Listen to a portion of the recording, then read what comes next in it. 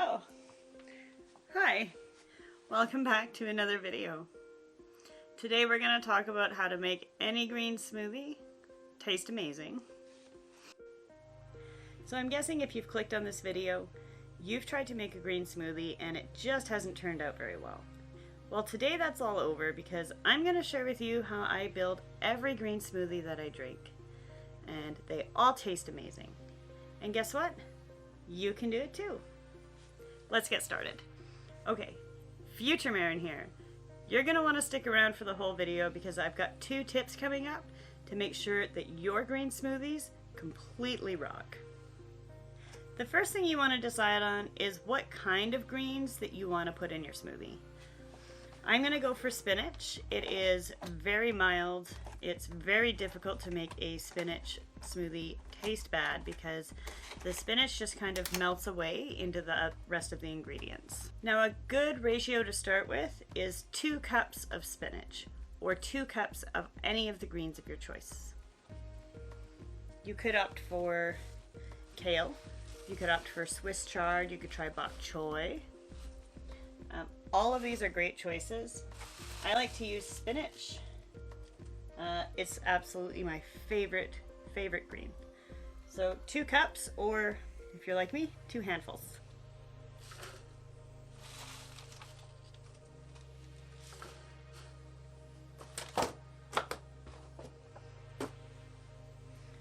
The next thing you want to consider is if you want your smoothie to be thicker or thinner. I like mine a little on the thick side, so I always add banana. Now, these smoothie recipes, or the base recipe that I'm teaching you right now, generally makes 2 servings. So I'm going to put in 2 bananas. 2 bananas! Okay, here's pro tip number 1. If you don't have a high-powered blender like a Vitamix or a Blendtec, then you're going to want to blend your greens and your liquid first before adding any other ingredients to it. This will help to make a really smooth consistency for your smoothie with no little chunks of green.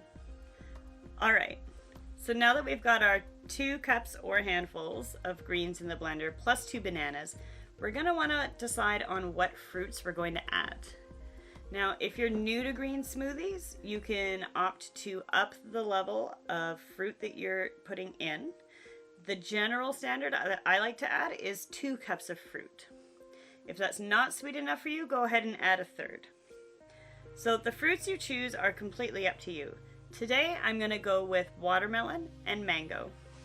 Where I live, watermelons are really pricey. It's $9 right now for one about this big. So I like to opt for frozen fruit whenever I can.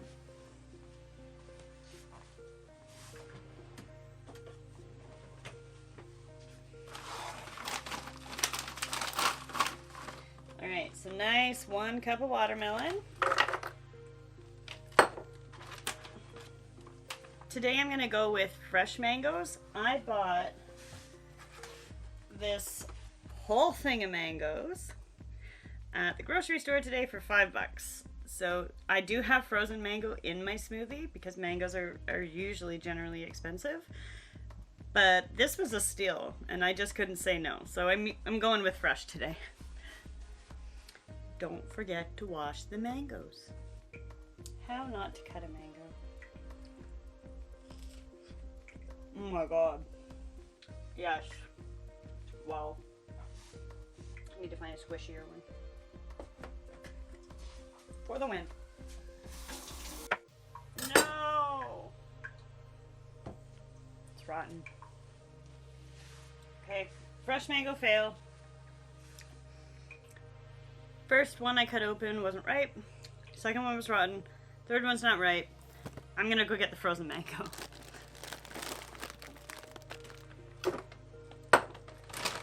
Couple more pieces left.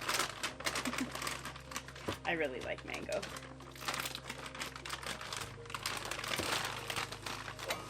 Okay, real life moment. It says easy tap. Oh my god. Okay. So now that we've got all of our base ingredients in, it's time to add liquid. I'm going with a macadamia nut milk today, and I'm going to be adding 2 cups.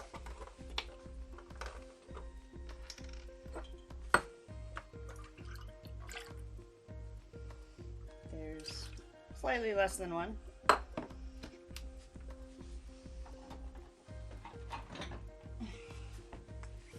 Another little tip. Anytime you buy any of these carton nut milks, when you first open them, you want to shut the lid again and give it a bit of a shake.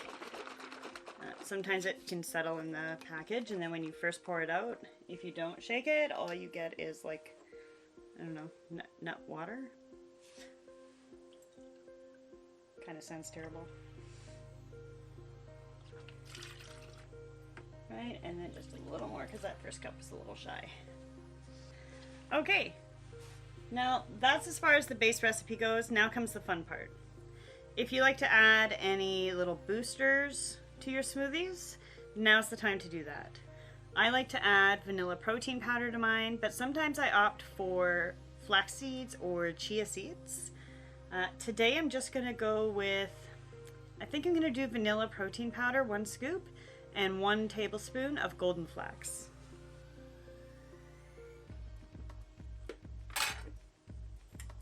Now, my flax seeds are whole. I do use a high-speed blender, so I don't need ground flax. My blender will blend it up just fine, but if you do have not a high-speed blender, tip that I can give is to make sure you're buying ground flax, and then that way your blender won't have to deal with it. All right, that's everything that's going in.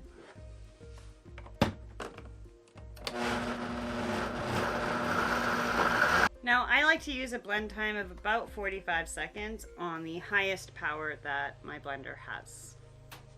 I find that gives enough time to really mix in all of the ingredients that I've added. Look at that color. Isn't that amazing?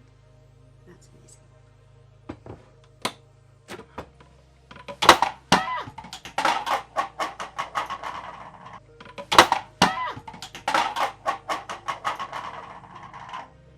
Life moment. Best part right here.